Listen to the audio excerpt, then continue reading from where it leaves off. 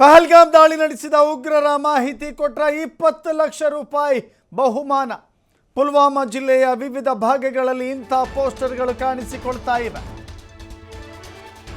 20 ಲಕ್ಷ ರೂಪಾಯಿ ಕೊಡೋದಾಗಿ ಬಹುಮಾನದ ಪೋಸ್ಟರ್ಗಳಿವು.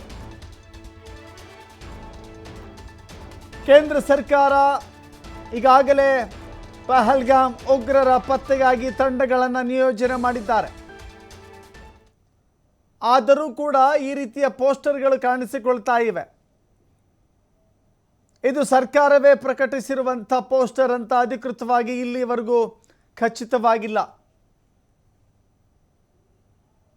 20 ಲಕ್ಷ ರೂಪಾಯಿ ಬಹುಮಾನ ಅಂತ ಘೋಷಣೆ ಮಾಡಿದ್ದೇ ಉಂಟು. ಆದರೆ ಇದು ಸರ್ಕಾರ ಅಂತ ಎಲ್ಲಿಯೂ ಕೂಡ ಉಲ್ಲೇಖವಿಲ್ಲ.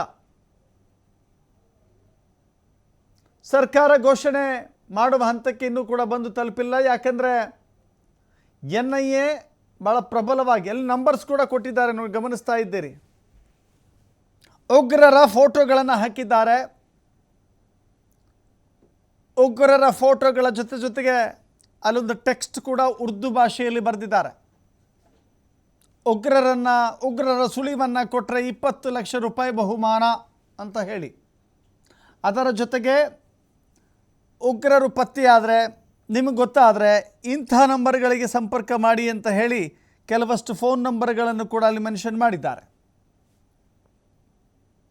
ಖಂಡಿತವಾಗಿಯೂ ಕೂಡ ಹೌದು, ಅಲ್ಲಿನ ಸ್ಥಳೀಯರೇನಿದ್ದಾರೆ, ಜಮ್ಮು ಮತ್ತು ಕಾಶ್ಮೀರದ ಸ್ಥಳೀಯರ ಸಹಕಾರವಿಲ್ಲದೆ ಉಗ್ರರು ಭಾರತಕ್ಕೆ ಎಂಟ್ರಿ ಕೊಟ್ಟಿದ್ದಾರೆ ಅಂತ ಹೇಳುವ ಯಾವ ಸಾಧ್ಯತೆಗಳೂ ಇಲ್ಲ.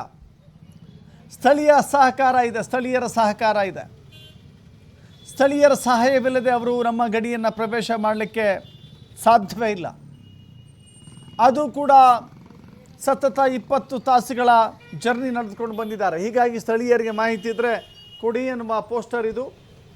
ಇದನ್ನು ಇಲಾಖೆಗಳ್ಯಾವುದು ಕೂಡ ನಮ್ಮದೇ ಪೋಸ್ಟರ್, ನಮ್ಮದೇ ಘೋಷಣೆ ಅಂತ ಕೂಡ ಇಲ್ಲಿ ಖಚಿತಪಡಿಸಿಲ್ಲ.